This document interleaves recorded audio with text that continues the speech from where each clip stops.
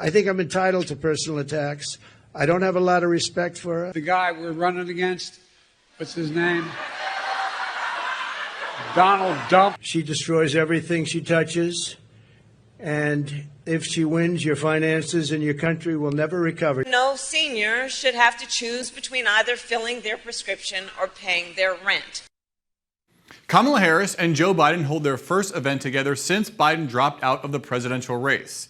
The event centered around efforts to lower the price of prescription drugs, but the optics of the two appearing together for a now united and energized Democratic Party represents a remarkable turnaround that's taken place over the last month. Meantime, Donald Trump held another hour-plus long press conference that meandered from sharp attacks of Harris to strange rants about the quality of electric trucks and how windmills are killing birds. Trump also announced that he will bring back a high-profile campaign official from his successful 2016 campaign. The Hill congressional reporter Mychael Schnell joins us to discuss. Mychael, let's start with Harris and the Democrats. This party was in shambles this time last month. For Harris and Biden to be appearing on stage together so harmoniously, this seems to have gone about as well as Democrats could have hoped. Yeah, look, Drew, Democrats were honestly rolling the dice and taking a real gamble when Joe Biden decided to step down from the top of the ticket, when Democrats had pushed him in that direction, and when he decided to throw his support behind Kamala Harris. This was such an unprecedented situation. Nobody really knew how it would pan out. And honestly, it has been pretty seamless. The transition from Biden to Harris, the enthusiasm on the ground, the rollout of Tim Walz as Kamala Harris's vice presidential candidate. And now this is all going to coalesce with the DNC coming up next month. So I think the Democrats are very pleased with how this went, especially because, like I mentioned, this was a real gamble and nobody really knew how this would pan out. For Trump and the Republicans, there have been grumblings inside the party that these press conferences where Trump just riffs on various topics, that these are hurting his campaign. But Trump actually just announced that he's bringing back Corey Lewandowski, who managed his campaign for a time in 2016. Lewandowski wrote the book, Let Trump Be Trump. Does that mean we can expect more of this moving forward? I mean, look, I think that at the end of the day, it doesn't really matter who Donald Trump has around him. He is going to do what he wants to do. We've seen that since 2015 when he was at first on the campaign trail running for president. We saw that throughout the Trump administration during the 2020 campaign, and we're seeing it again now. So sure, Corey Lewandowski may be more open to these types of press avails when Trump just talks about whatever topic he wants to, fields questions, and sometimes goes off topic. But at the end of the day, if Trump wants to continue with that strategy, he's going to continue with it because he's really the one who calls the shots on his campaign. So interesting, this reshuffling of staff, bringing on new faces. But at the end of the day, Trump is the one in charge, and he's going to decide how he wants to run this campaign.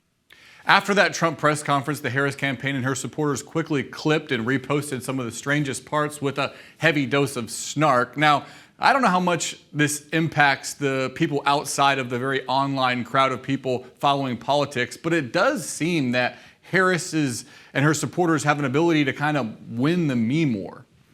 Yeah, I mean, they are doing pretty well with that. Kamala Harris's TikTok account has been in drawing headlines, some really buzzy videos and messaging there. Look, young voters are really going to be key in this election. Gen Z voters are going to be key in this election.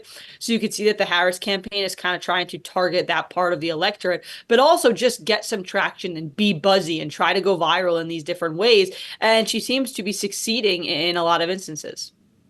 Donald Trump is announcing members of the team that will lead his transition if he's reelected as president. It includes his VP pick, J.D. Vance, his two sons, Eric and Don Jr., as well as donors and others who served during the first Trump administration. Is this a sign that Trump would be better prepared to implement his agenda this time compared to when he was first elected? I don't necessarily think so. I mean, this is pretty routine, having a transition team planning on who will, move from the campaign world to the administration world. I also think it's interesting that Trump rolled it out at this moment because, of course, we've heard a lot about Project 2025.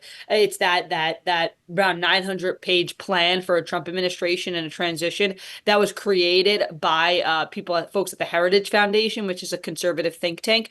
And it's something that Democrats have really seized on to try to attack Republicans Republicans. It's something that Trump himself has disavowed. There's really been sort of this debate right now about how involved is Trump, how supportive was he, and so forth. So I think that one reason why the Trump campaign may have decided to put out this sort of transition document was in a way to try to say this is our plan for the transition and it's not Project 2025's, because again, they're trying to distance themselves. Nonetheless, still very interesting. And again, it will give Democrats some more fodder to go through. And I expect to see more Democratic attack lines planned on that transition document.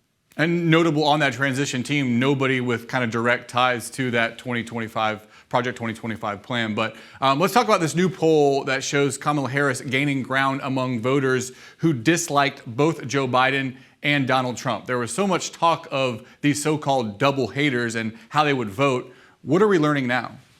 Yeah, it seems like there are now fewer double hater voters with Kamala Harris in the race and not Joe Biden. And look, this is really interesting because a lot of folks, one of the big talking points in the lead up to November was that these were two candidates who had already been president, who had already run. It was sort of the electorate wasn't that excited or enthused by Trump or Biden. But now we've got a new face in the game. And of course, Kamala Harris is not your typical new face. She's been the vice president for 3.5 years now.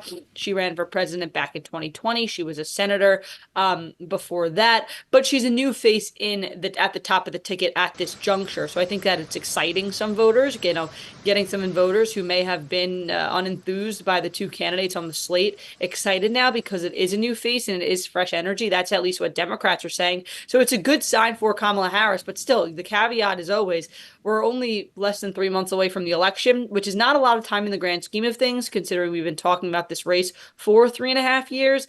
But it's still a lot of time in Washington. Things can change on a dime. There's a lot of campaigning left. But nonetheless, it's a good early sign for the Harris campaign as we're still, just sort of in that 1 month. I don't even think Kamala Harris has had her campaign out there for a month yet. So it's still early. So it's a good sign. Despite the relatively good polling for Harris, some Democrats say the party is growing overconfident. Anyone who is measuring the drapes at the White House needs a serious reality check. That was what one veteran Democratic strategist had to say about the race. And the truth is, Harris is polling behind where both Hillary Clinton and Joe Biden were at this point in time in their respective races. What can you say about this concern from Democrats? Yeah, well, it's kind of just what I alluded to before, right? We are less than now 3 months away from Election Day, but that's still an eternity when you talk about politics. And even when you talk about how time moves in Washington. I spoke to one Congresswoman, Dina Titus. She's a Democrat from Nevada. I spoke to her on the phone yesterday, and she told me that, folks are optimistic, but every voter is going to count, and you can't stop trying to get support from those voters until the day before or really the day of the election.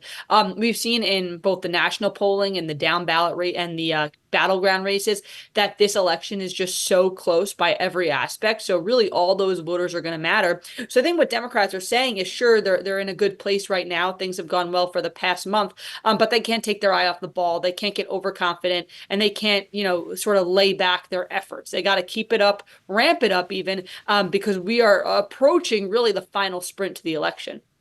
A new poll shows that Tim Walz, the Democratic vice presidential pick, is more popular than Republican vice presidential candidate J.D. Vance among voters. Walz's favorability ratings are 7 points higher and his negatives are 12 points lower. How do you think we got to this point, and does it really matter how popular a vice presidential candidate is? I mean, I think that the numbers are interesting to parse through, especially when you talk about these two specific personalities who are very different. But as we've seen in the past, I mean, folks really do vote for the top of the ticket. They don't really vote based off of the vice presidential pick, though it could be important and it could draw somebody down. Look, right now we're in the position really for both vice presidential candidates, but more so for Tim Walz, where both sides are trying to define who their opponent is. We saw Democrats do that with J.D. Vance when he was announced and after he was announced at the RNC, and we're seeing Republicans do that now with Tim Walz. J.D. Vance obviously had a rockier introduction as vice president, presidential candidate. He had a number of poor headlines. He made some controversial comments. We've sort of seen this, the same in some aspects for Tim Walz with some questions about his military service and things like that. So I think that we're just still right now in the period where both sides are trying to define their opponents on their own terms.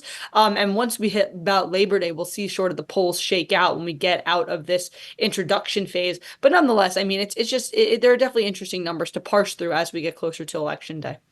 Kamala Harris is set to speak about her plans for the economy today during a rally in North Carolina. They include measures the campaign says will stop price gouging of groceries, including expansion of the child tax credit and construction of new homes. There's been some criticism that so far the Harris campaign has been light on details. Is this an effort to combat that? I'm sure. I think that's probably fair. I think it's also probably just around the time where the campaign would want to start rolling out their policy proposals. I mean, there are two factors here. A, we're getting close to the DNC. It's just next week. That's a time where you really introduce your policy and sort of you go through different aspects of that. But the other thing is that, remember, this is not an ordinary campaign for the Harris campaign. This is a campaign that just launched, I think, under a month ago. So folks are still trying to figure out what exactly they want their policy proposal to look like. And, you know, some may say, well, she was Joe Biden's vice president for 3.5 years. Wouldn't it just be the Biden platform? Sure, but Vice President Kamala Harris is in really the interesting spot right here where she can pick and choose what she wants to campaign on from Joe Biden's administration. If one aspect was very popular, sure, she will adopt that to her platform. But if another aspect didn't really play well with the Democratic base or divided Democrats or what have you, she could leave that on the cutting room floor. So I think that it'll be really interesting to see what exactly Kamala Harris rolls out now. But of course, as I mentioned, this all comes ahead of the DNC, which is really where you have that official coronation of the candidate. You go through the platform. So it all seems to be coming together in still this very nascent campaign. The Biden administration is celebrating the 2-year anniversary of the Inflation Reduction Act today, hailing the $740 billion legislation as a major step for lowering drug costs, making investments in combating climate change, and promoting high-paying union jobs. But Republicans blame the law for increasing the cost of groceries, energy, and other goods, and Trump is promising to repeal parts of the law if reelected. Mychael, there's not complete agreement in the GOP. I mean, we'll have to see how this pans out, right? This has sort of similar tones to when Republicans said that they were going to, repeal and replace Obamacare. We've even heard that now. And then Republicans tried to do that and it failed. So I think that this is just standard of Republicans going after Democrats' marquee legislative achievements. And arguably at the top of that list would be the Inflation Reduction Act. It has come under intense scrutiny by Republicans. So no surprise that they'd be campaigning on putting an end to it and repealing it. Whether or not that ends up coming to fruition, I mean, we'll just have to see. There are so many factors that depends on. The largest one being, do Republicans have a trifecta in Washington? Do they have enough of a majority in the Senate to overcome the filibuster? Likely not. So just, it seems to be right now a campaign messaging thing. Whether or not they can actually do it, I mean, at this juncture, pretty unlikely. But, if you talk to a Republican, I'm sure they'll have a different view of it. There's a battle brewing within the Democratic Party over the controversial chair of the Federal Trade Commission. Lina Khan has led the Biden administration's antitrust agenda, but she's frustrated some top Democratic donors, especially those in the tech industry. The fight is over Khan's future at the FTC if Harris should win the presidency. Tell me about what's happening. Yeah, well, I mean, I think first, this is obviously a bit premature because Vice President Kamala Harris, there's still plenty of time left to campaign. There's still real questions of if she has enough of a coalition to win the presidency. But if this does come to fruition and she does win the White House, expect there to be this disagreement over the FTC chair. That's what my colleague Alex Bolton is reporting today. And it seems that the crux of it is that large donors want Harris to replace FTC chair Lina Khan, as you mentioned. But progressives have warned that they will be furious if that happens. The left wing of the party would be pretty frustrated if that happens. So expect this battle to start brewing, likely if Kamala Harris does win the White House. But again, there's a lot of time left until folks have to start thinking about that.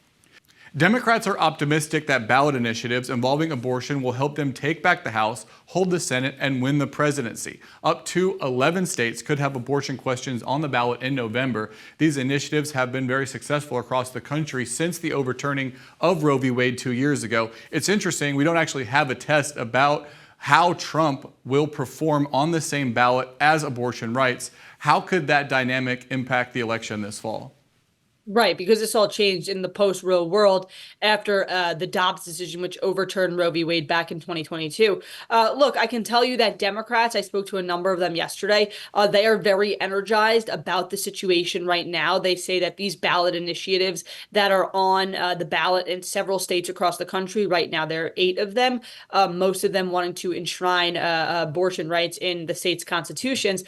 They're hopeful that that will drive voters to the polls, both Democratic voters and voters who may be unenthused by the slate of candidates before them and who would have rather sat things out, that it'll drive them to the ballot box, support abortion rights, but also then, since they're there and at the ballot box, that they'll vote for Democrats. And we sort of saw a taste of this in Michigan in 2022, where there was a ballot initiative to enshrine abortion rights in the state constitution. That ended up passing, and Democrats in the state also fared very well. Democrats picking up a trifecta in Michigan, and Michigan just having a very high voter turnout, a number of districts there in that state compared to other districts across the country. So Democrats are very excited and hopeful that this could help elevate them. Of course, open question of how if that will pan out with Trump on the ballot. But nonetheless, Democrats increasingly optimistic by the fact that these ballot measures are there across the country this cycle, and hopeful that will drive more Democratic voters to ballot boxes.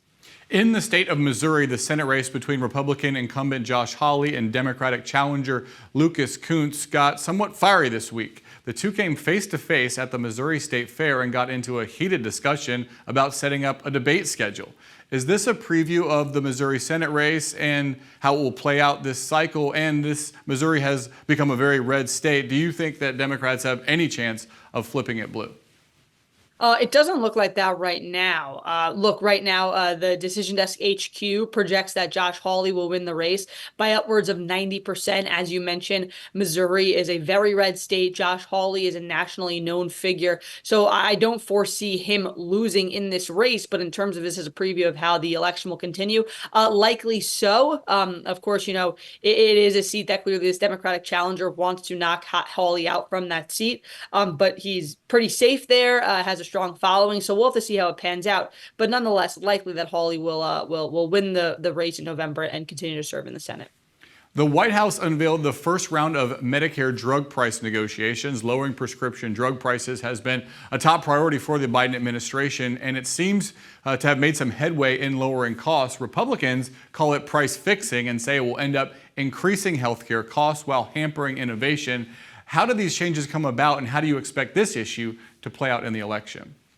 Yeah, well, this has been a key priority of the Biden administration. We've heard this come from President Biden and his administration several times before. So I expect that they will continue to work at this, but also use it to their advantage on the campaign trail. We mentioned earlier that Kamala Harris can sort of decide what she wants to use from the Biden agenda and what she doesn't want to use. I suspect this will be something that she does use. So essentially what happened was it was the first round of negotiated prices of 10 drugs were unveiled by the White House. And this was, of course, Democrats celebrating this because this has been something that they have been pushing for. So I suspect to hear more on this ground. And of course, it's not just the Kamala Harris campaign that we have to look at this from the prism of, but it's also Biden's swan song of sorts. He's capping off his administration, really his political career after spanning more than 5 decades. So I expect this to be a key part of what Biden wants to be his legacy when he departs the White House next year.